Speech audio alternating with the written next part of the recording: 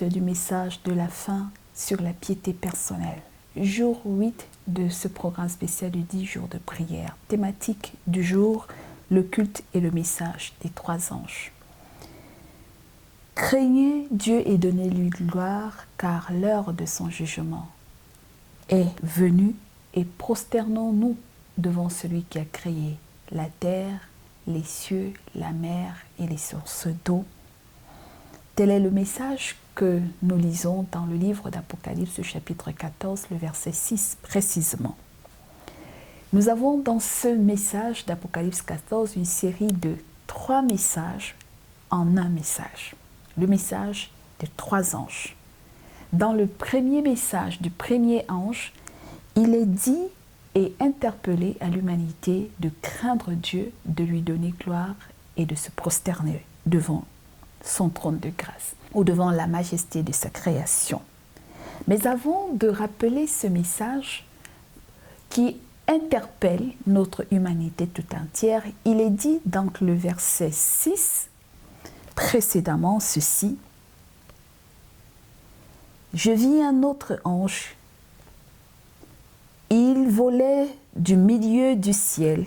Il avait un évangile éternel pour l'annoncer aux habitants de la terre,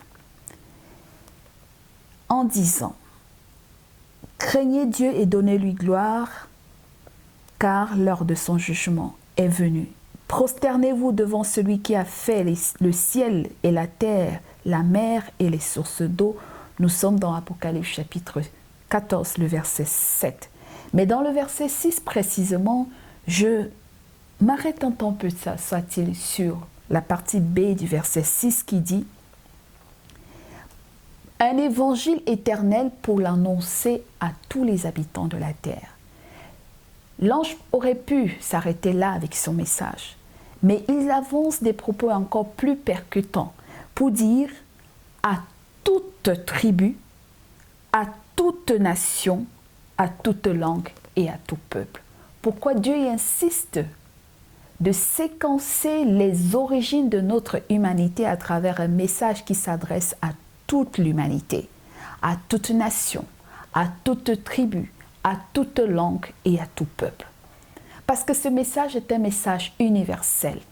Il ne s'agit pas d'une séquenciation d'un évangile qui concerne un peuple particulier, comme aujourd'hui la plupart des gens tendent à vouloir faire croire que le message biblique, c'est l'histoire d'Israël et donc c'est la religion israélite, elle n'appartient qu'aux Juifs et donc ce message du salut ne nous concerne pas. Les autres diront, oh, les Arabes ont leur religion, ils ont l'islam, rien à voir avec votre message biblique. Mais la Bible nous dit que lorsque le premier ange a ouvert la bouche, ce message s'adressait à toute nation, à tout peuple, à toute tribu et à toute langue. Donc personne sur la terre ne peut dire qu'il n'est pas concerné par l'évangile du salut en Jésus-Christ, indépendamment de ses origines, de sa langue et de sa tribu. C'est le message fondamental du premier ange. Dieu tout-puissant, quand mon cœur considère tout l'univers créé par ton pouvoir, le ciel d'azur, les éclairs, les tonnerres, le clair matin ou les ombres du soir, de tout mon être, alors s'élève un chant. Dieu tout-puissant, que tu es grand.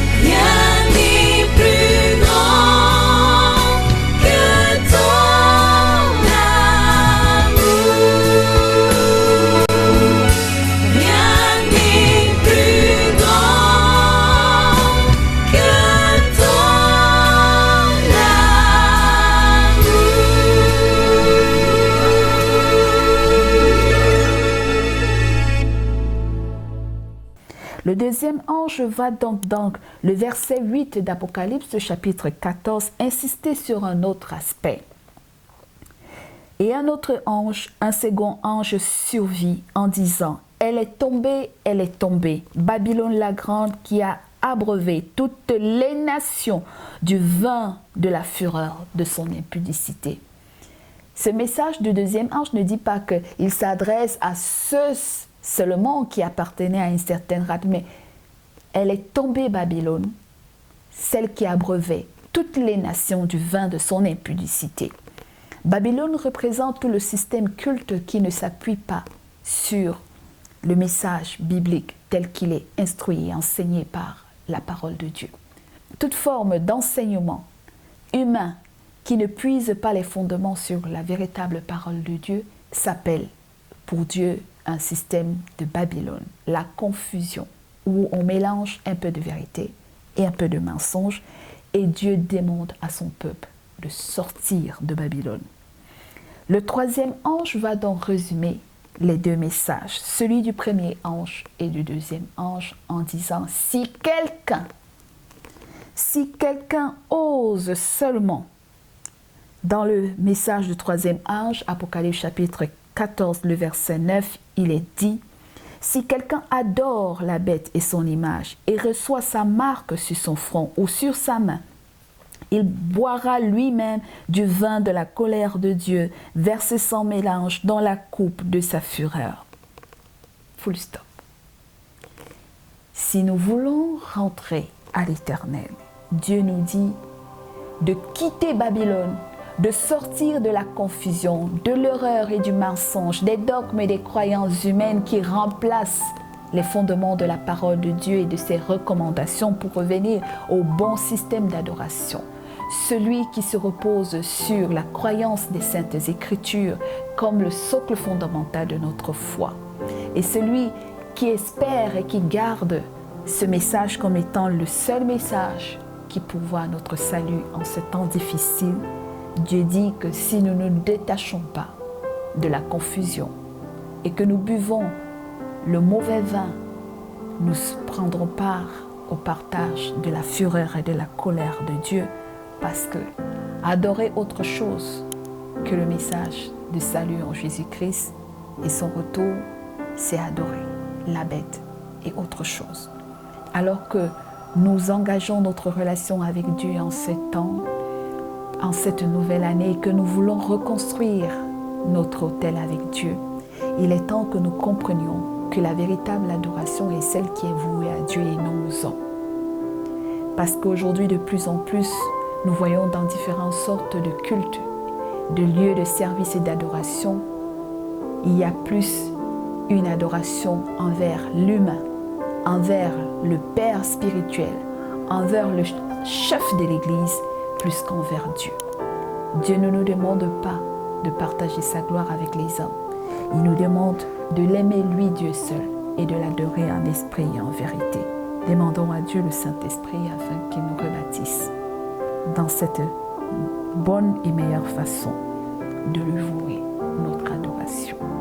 Prions. Père céleste, notre puissant Créateur, Roi de l'univers, nous voulons nous humilier en ta présence. Tu es notre Dieu, le seul vrai Dieu. Tu es digne de notre louange et de notre élévation et d'une vie de consécration soumise à ta volonté. Tu es merveilleux, grand et étonnamment puissant. Nous te demandons d'accomplir ta promesse de nous remplir de ton Esprit Saint, afin que nos vies deviennent le reflet de ton caractère parfait d'amour. Glorifie-toi et révèle-toi à travers nous, nous t'en prions. Amen.